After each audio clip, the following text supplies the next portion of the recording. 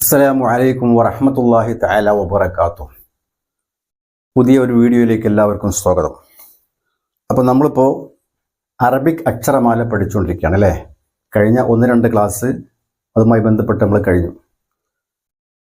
അപ്പം അറബി എഴുതാനും വായിക്കാനും അറിയാത്ത ആളുകൾ ശ്രദ്ധിക്കുക, നിങ്ങൾക്കുള്ളതാണ് ഈ ക്ലാസ്.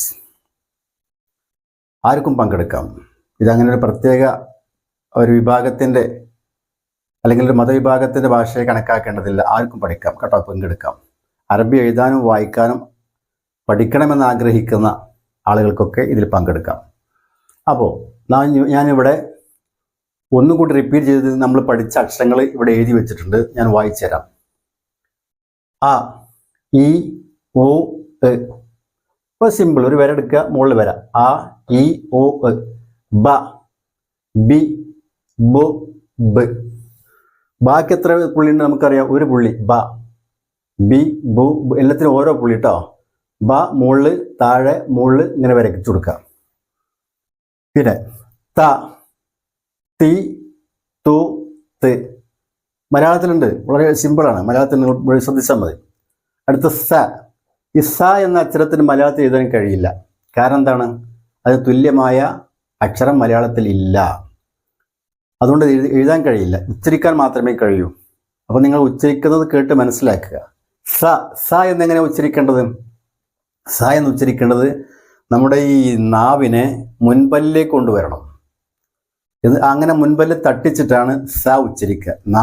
നാവിൻ്റെ തുമ്പിനെ മുൻപല്ലിൽ തട്ടിച്ചുകൊണ്ടാണ് സ ഉച്ചരിക്കുക. സ, സി, സു, സ്. അടുത്ത് ജ.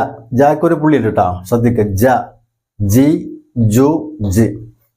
ഇത് ഹ, ഹ എന്നാണ് വായിക്കുക. ഹ. ഇതിനും തുല്യമായ അക്ഷരം മലയാളത്തിലില്ല. ഹ, ഹെ, ഹോ, ഹെ. കാരണം ഞാൻ കഴിഞ്ഞ ഒരു വീഡിയോയിൽ പറഞ്ഞു, പണ്ട് നബി സല്ലല്ലാഹു അലൈഹി വസല്ലം തങ്ങളുടെ കാലത്ത് ഈ പുള്ളികളോ അതുപോലെ വരകളോ ഒന്നും ഉണ്ടായിരുന്നില്ല.